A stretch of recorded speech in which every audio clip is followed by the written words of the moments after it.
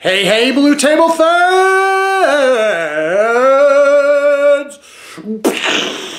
Demon fire of happiness to the face. Alright, so listen up. It's time for fan mail! Alright, I'm still working up to 100% enthusiasm. I keep saying that, and it's like, okay, Sean. I was kind of called on it in the last video, like, hey, where's the 100%? So yeah, gotta do that. Went out dancing this last weekend, and it was pretty awesome. And it was like an 80s themed thing, right up my alley, right? And you're supposed to dress like brightly, so I put on my disco ball shirt, which is white with silver sequins, and I cut the rug. All those hours in Latin ballroom, they paid off. That's right. So oh, where's my thing? Oh, I've been playing Age of Sigmar. That's kind of my thing right now. The Age of Sigmar, it's up and coming, guys. Like, there's a lot of great podcasts for it. Tournaments, like major tournaments, are having like 100, 200 people show up for it. I think that it feels like a better turnout than for Warhammer Fantasy, quite frankly. And I'm playing this game and I'm just like, wow, this has a lot of nuance to it. Okay, so listen up. I'm going to talk about that in a separate video. So these questions come from Dominic, who is a young father at school, and so, yeah. Oh, and by the way, if you send me some questions, I'll probably do this. I'll probably take some time and just answer them, because I love the limelight, guys.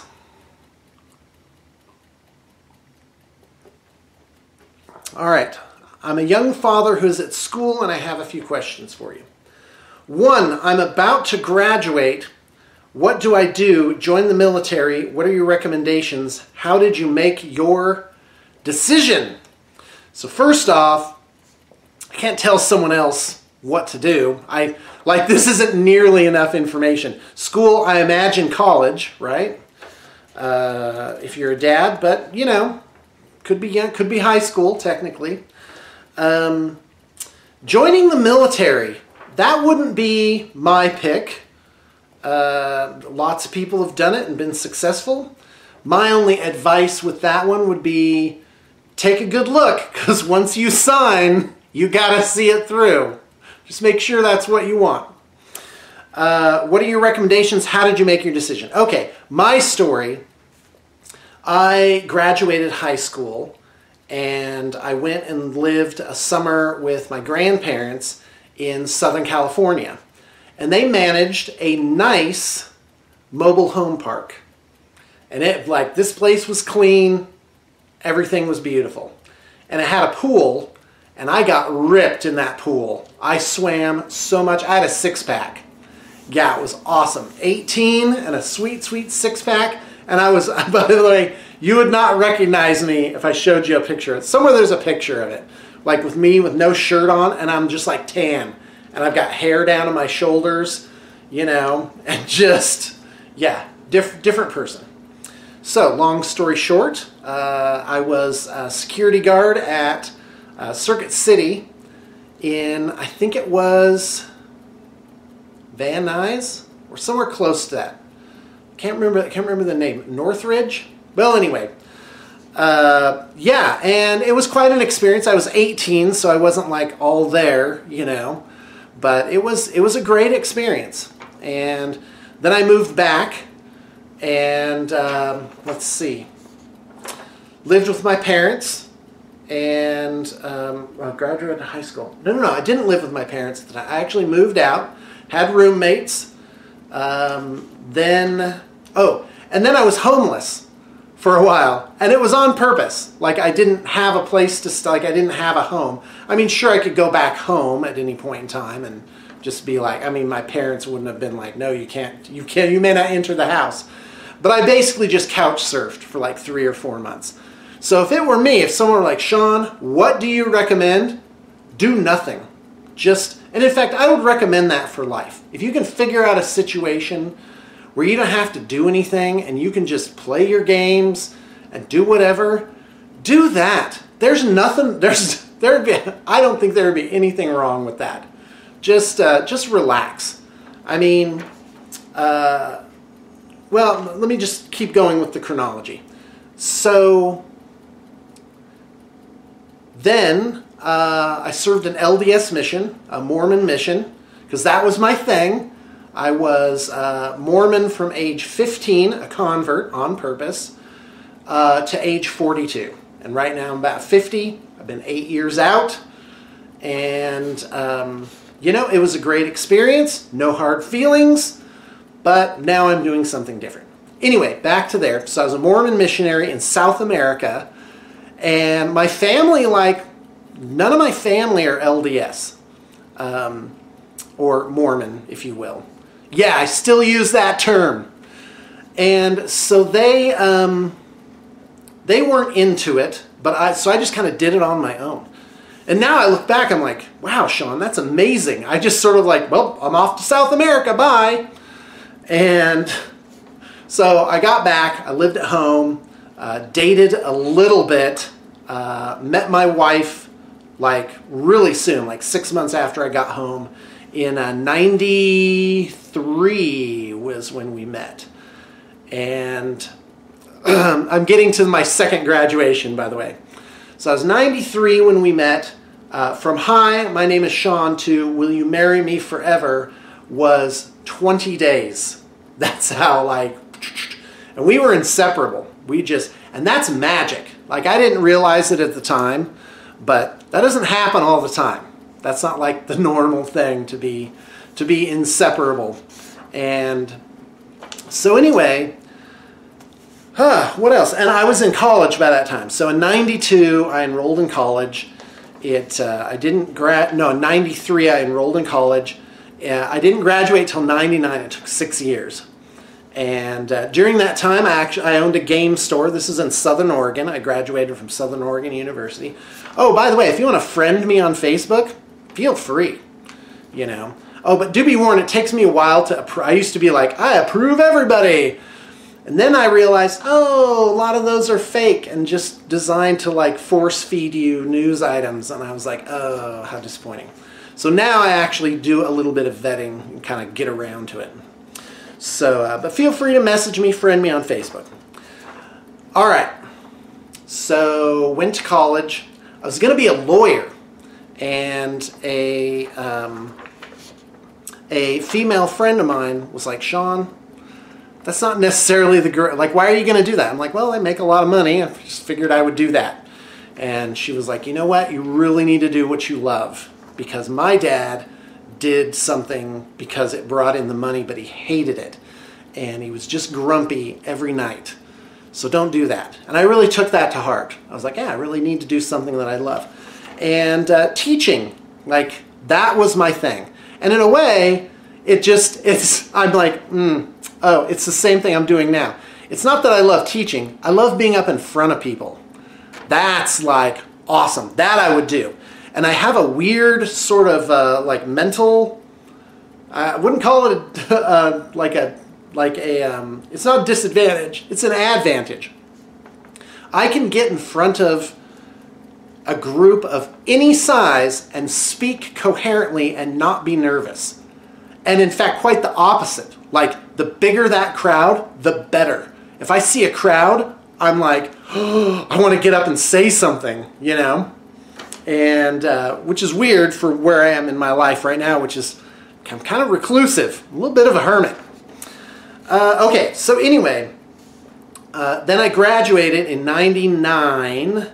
My then wife, I've been divorced 4 years. Gonna talk about that in a separate video too. Why not?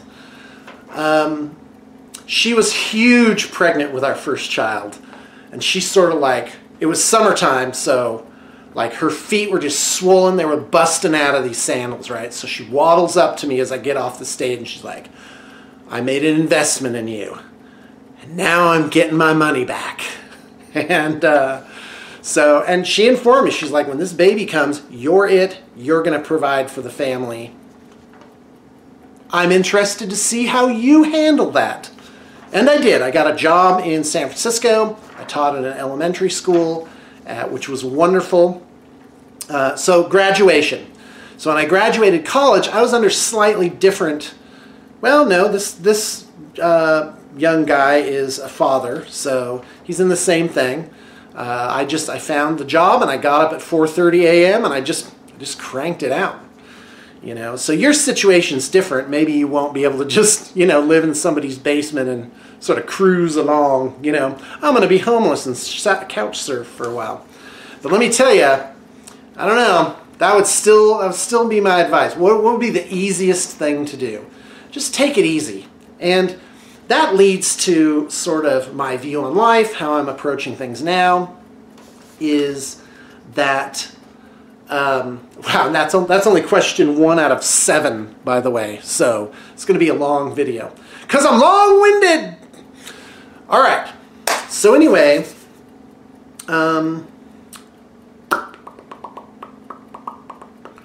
yeah, my dad died in 2003. This was at the end of the, the teaching phase, because I only taught for 4 years. And my dad died, and I saw him dying. Like, it was probably, just hours, And that was an existential crisis for me. I was looking at it, I was like, oh, here's this man, he lived this whole life, tragic hero. Sure, he made his mistakes, but he was a great man in many other ways. But this is it. Oh, this is where it ends. This incredible suffering. Like, I couldn't even wrap my head around. I actually blanked it from my mind for a while. And yeah, it actually is like making me hurt to think about it. So, oh yeah. Yeah, it was like, it was like, well, what's the point of that? And he advised me in those last months, Sean, don't wait, live your life now, follow your dreams. And that's how I started Blue Table Painting, which has turned out well, overall very well. So then what's the other existential crisis is the divorce. I'm like, oh, all this, I kept all those rules. Oh my gosh, the keeping of the rules. And then I was like, oh, it just comes to this. What was the point of that? That's kind of like, I have points in my life where I'm like, oh, what's the point of that? Well, the point of anything is to have the experience. And it makes me think, I worried for nothing. That's my takeaway from all of this. And then right now, I'm creeping up on 50, guys, just a few more months. And that's like, oh, and you have people brought to you to sort of tell you things or to have some influence on you. And I've recently had that, where it's like this person showed up and it was like, well, what are you doing here? Like, cosmically speaking. And we both sort of were puzzling it out. And just 2 days ago, she told me something that I was like, oh, okay, that's it. That's it. So, yeah. Basically, after 50 is going to be like a separate life. I'm going to live 2 lives in this lifetime. The one I've lived up till now, and then the one that's coming up over the next however many years. Yeah. Different. So, I don't know. I don't know what's going to happen. Okay, so Joanna, what are your recommendations? How did you make your decision? Well, at the time, I made the decision based on expectations, family expectations, societal expectations. Ooh, go to college, No. How would I make it now? I would just, it sounds corny, but follow your bliss, and don't worry about stuff. There's a push through. Like, oh, I gotta pay the bills. Run, rabbit, run. And then it's like, well, but yeah, what if you didn't do that? What would happen? That's an experiment that I've done to some extent in recent years. It's like, well, what really happens? Will I end up being homeless? You know, that's kind of the fear. You're like, oh, you'll end up on the streets. How will you deal with it then? And that movie with Will Smith or whatever, he has to like sleep in a bathroom, a public restroom or whatever. And I'm just like, well, but what if it's not like that? What if it's different? What if the entirety of life and the universe and the mortal experience is based on a different, different things than you think it is? What if it's based on happiness? That just being happy and not worrying about things will produce a better outcome than flailing your arms and being stressed all the time, just working hard. And I'm kind of experimenting with that. All right. 15 minutes in, question 2. Some of these will be really short. I'm a very active libertarian and I love your book commentaries. What happened to you? Who killed your inner Wallace? Well, I don't know who Wallace is, but you know. What happened to me? I always loved politics. I was a poli-sci minor in college. Didn't finish it. Always interested in that. And then, lo and behold, 2008 comes around, and I was gung-ho for it. Ron Paul, man. And then I consumed at least 40 hours a week of political input. Books. I would just read whole books. I held local office, and I was super involved, running up and down the state, doing it. And then in 2012, I saw something that broke my mind, where I was like, oh, one of those existential crises. What was the point of all that? That's the theme of this video. What's the point of all that? Yeah, so I have 2 things to say because I don't like to talk about politics. Oh my gosh. In fact, I'm trying to get rid of it. Don't talk to me about politics, please. So, yeah, I started clicking my pen talking about this. The political process in the United States is subverted at the level of the primaries.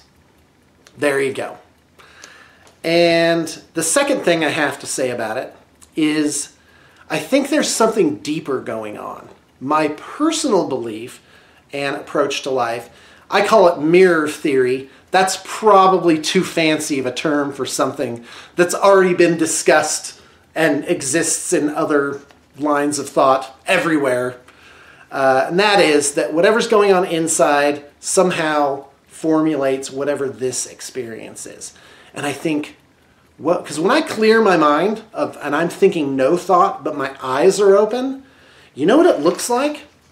It looks like the world is like panes of glass sliding on top of each other to create this perspective.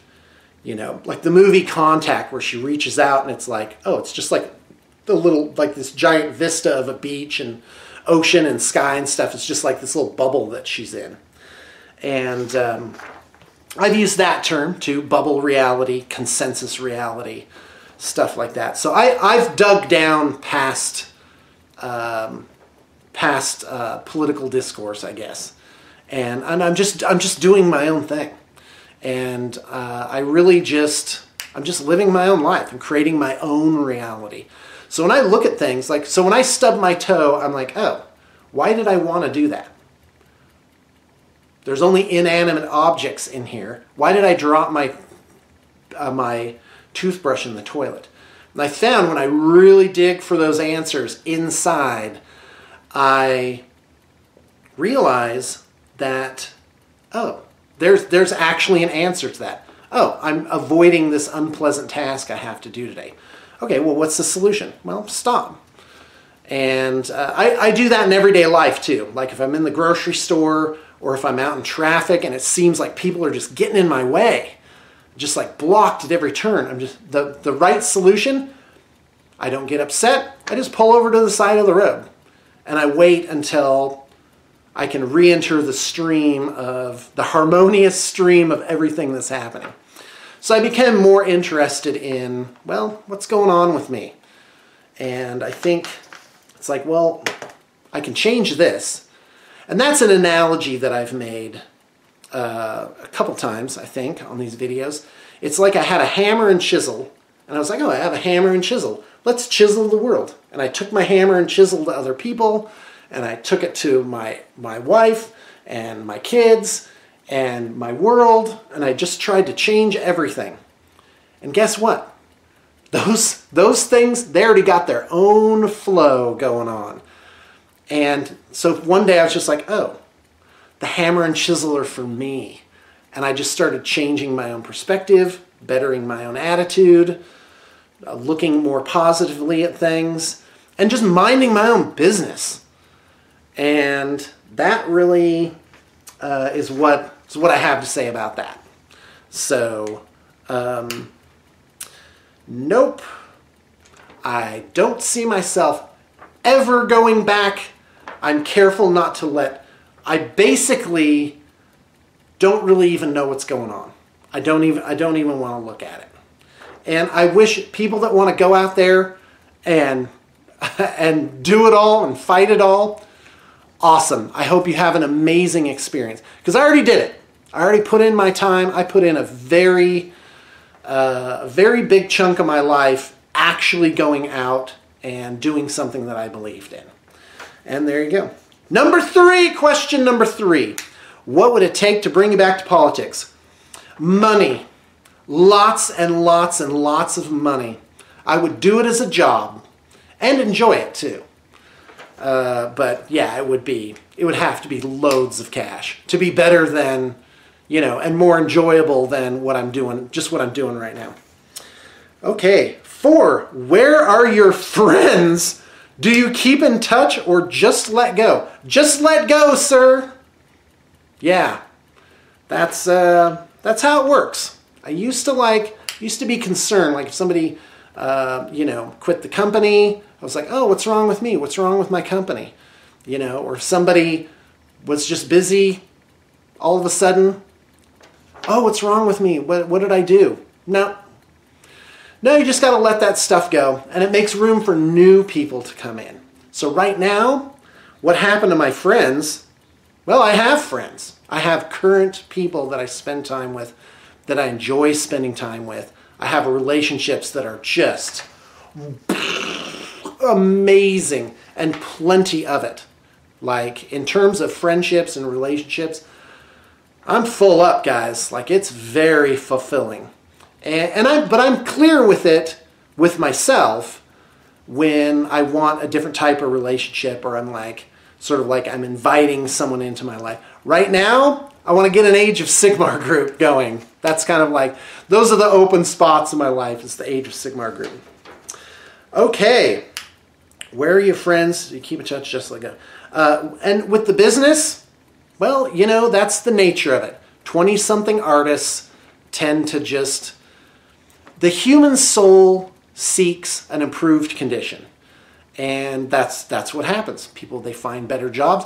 What I offer here with Blue Table Painting, it's not that great. This isn't something where you're going to stay for 20 years. It's something you're going to stay for a while.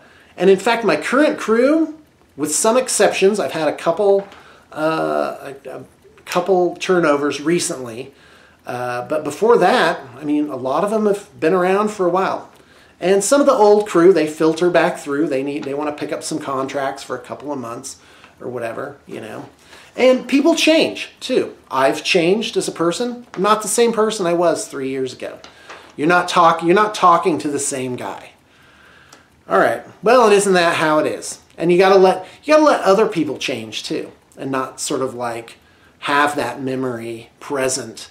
Well, they're different. People change. All right, number 5. Is happy life, happy wife a motto you can get behind? Oh my gosh, this is fantastic. First off, I think it's switched around. I think it's happy wife, happy life. But I actually think you got it right. That in any relationship, you got to be happy yourself first. So the answer is no. I do not like that saying. Like somehow you got to like, you know, dote over this woman and make sure everything's perfect for her. And if she's unhappy about something, you have to like make her happy. And it's not wife, it's anybody. You can't make somebody happy. You can just do what you're doing. Tend to your own vibration, what you're putting out, and then just sort of, you know, be a great person to be around, you know. So yeah, happy life, happy wife. Be happy yourself first, definitely. And in terms of the institution of marriage, well, I'm careful about that because obviously I was married 20 years, didn't work out. It was enough for me to say, okay, I'm putting an end to this and not going back. And I really just, I can imagine getting married again, but it's distant, guys. I'd rather just work on a relationship, and if that person, like, if we're growing apart or whatever, you got to just let that go. And it's the actual, a relationship is only actually what it really is. And everything else where it's like, oh, promises and forever, blah, blah, blah, those are contrivances that might help, you know, get through the rough patches, but they also might prolong a terrible situation too. More likely to do that in my estimation. So personally, not a huge fan of the institution of marriage. But I am a huge fan of actually developing a relationship. You got to put in that time, be dedicated, improve yourself as a person. I have to improve myself as a person. And I am. Every year, I am a different human being. Okay, number 6. How do you deal with neighbors? Do you ignore them or join the HOA? All right, I really don't understand this question. I can't. How do I deal with neighbors? I mind my own business. I'd love to have good relationship with neighbors. I'm very community minded. Like I would go help neighbors with this and that or lend them whatever. I'm all for that, but you gotta mind your own business and keep your life. So I guess if you're asking my advice, it would be marriage and neighbors. Same thing is keep things centered on self-improvement, but keep it very loose. Be ready to just be okay with a relationship going away, to be just okay with moving somewhere else. Don't like it? You can go. I don't like it? Well, I guess I could go too. And live life in a more organic way because it will allow those good things to come in, and it will allow other things to sort of calve off, to shed out of your life. Okay, 7, any tips for what to keep in your life like souvenirs, or do you have a system? Okay, I travel pretty light. I don't like to hold on to stuff. You've heard of hoarders? Well, I'm a getter-ridder-overer. But that's actually not true about my business. I've held on to, I look at like how easily could something be reconstituted or replaced. So like from the company, the terrain, I've held on to all of that. A lot of it has sort of degraded in the couple of moves that I've made. And I'm not using as much of it as I used to, but did keep the terrain. I like to hold on to collections of models. But other than that, it's been okay. I'm not incredibly sentimental, but I have some sentimentality. Like if someone was important in my life, I don't just forget them. I keep some sort of memoir of them, but I don't let my life become cluttered either. So I'd say 20% sentimental, 80% organic and ready to sort of flow into whatever the new thing is. All right, well, Dominic, that's the guy's name, by the way. Thank you very much. This has been really great, and I did get it in a half hour. Oh my gosh, I talked for a half hour. Fantastic. All right, and I've got a couple more couple more videos to make today.